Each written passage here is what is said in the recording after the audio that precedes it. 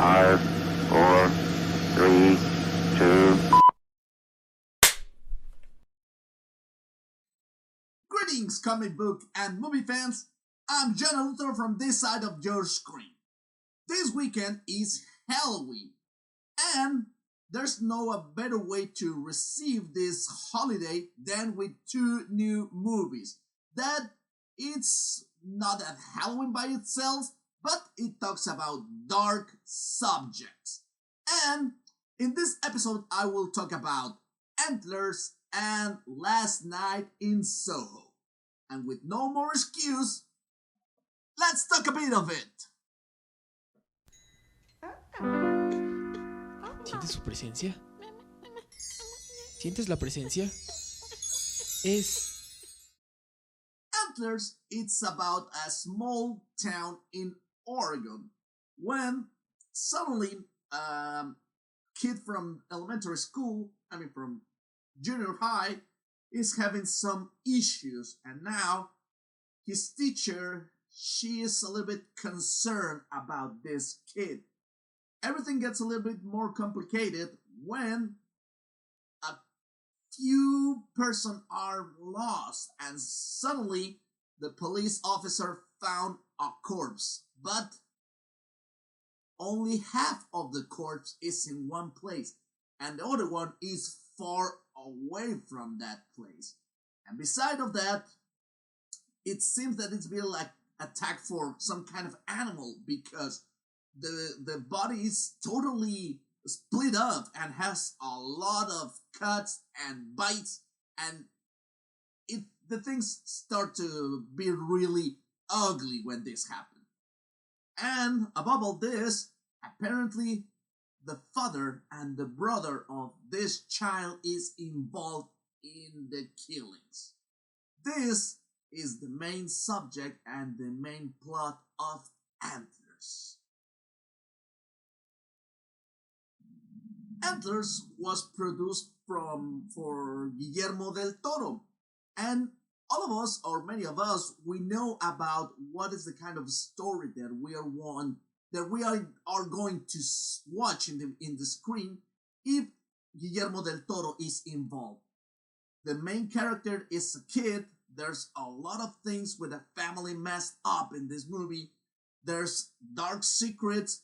There's some past in the main characters, and it's a creature and a mythological creature involved.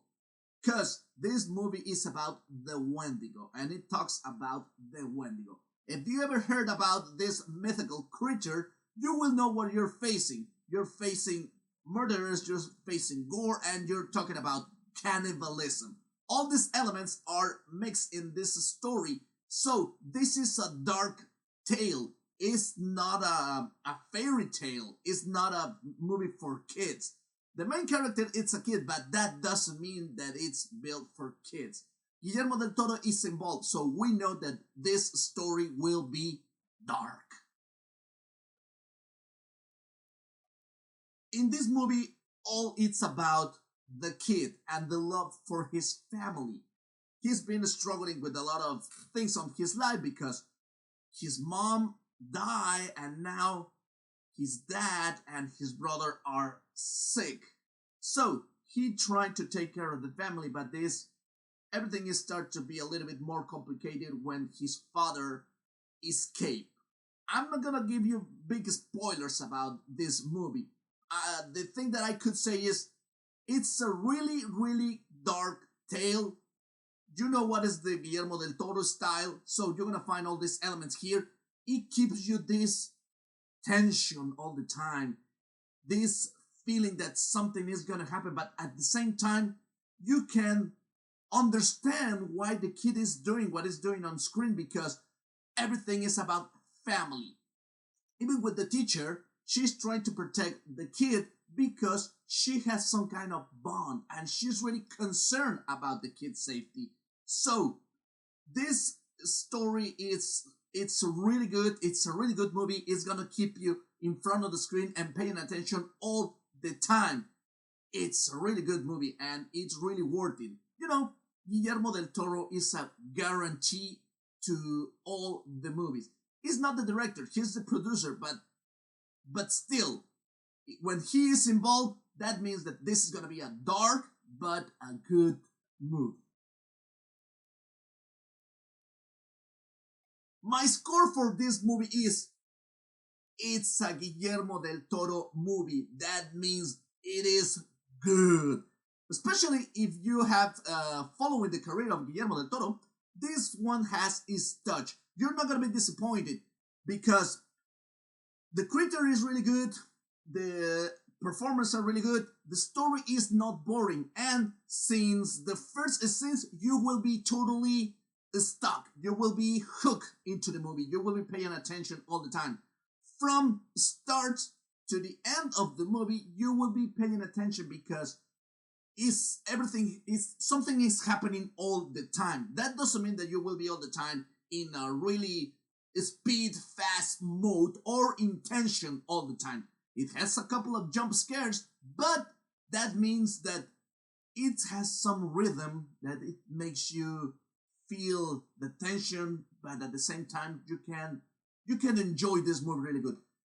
And in the movie theater, the sound is amazing. So go and watch this movie Antlers in the movie theater because you will enjoy it better. It's awesome when you watch it in the silver screen.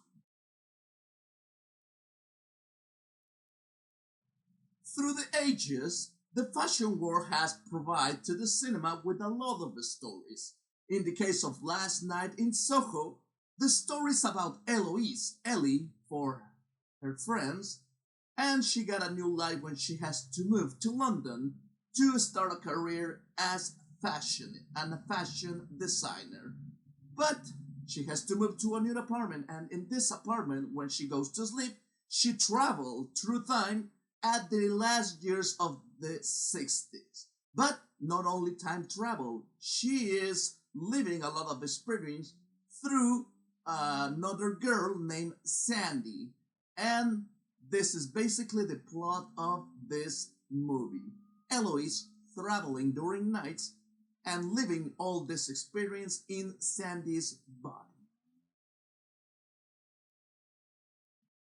In this story, like I told you, Eloise has these visions, and every night she has living this experience through Sandy's eyes. But not only by that, because now she starts to feel the same things that Sandy has living in that situation. The thing is, Ellie or Eloise is living in the present, but the situation in her visions is happening in the late 60s. So she's some kind of time traveling, but at the same time it's more like a possession, but she has these visions. And the things gets more complicated when Eloise is witness of Sandy's murder. And from that moment, she's starting to be chased by this ghost, by these demons, and apparently she knows who is the killer. And in the present, she starts to chasing this guy to make these guys going to jail because she knows and she was witness in her visions what happened to Sandy. And now, not everything is so good in this movie because it has a big problem. It talks about so many subjects at the same time and that the mix doesn't match. I mean, it's tried to be a ghost story, it tried to be a mental disease story, it's trying to be a chasing a criminal from the past story. So has several elements from that we already saw in some other movies like The Sixth Sense, like Psycho, like Donnie Darko, and at the end it's cursed at the same time because there's some elements that doesn't match. That's some things that you say, okay, this doesn't have any sense in this movie.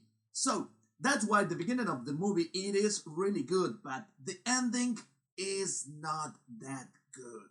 So maybe you will be a little bit disappointed because, like I told you, it's tried to be so many things at the same time that there's some point in the movie that it just goes down. It is a shame because the casting is good, the music is so good, and all the things visually involved in this movie is really good. But the story at the end, it just has a little failure that it screws everything at the end. My score for this movie is, it's so good, but just at the beginning. It's a shame because the cast is really good, the music is really good, and all the visuals involving this movie is really good. But trying to be a movie that with several subjects at the same movie, so this mix doesn't match at the end. So I don't want to say that it's just a bad movie, but it might be disappointing for some fans or some people that want to see this movie into the big screen. So it's just disappointing that it was a waste of some talent. Something happened with the script, something happened with the story that at the end, it just doesn't match.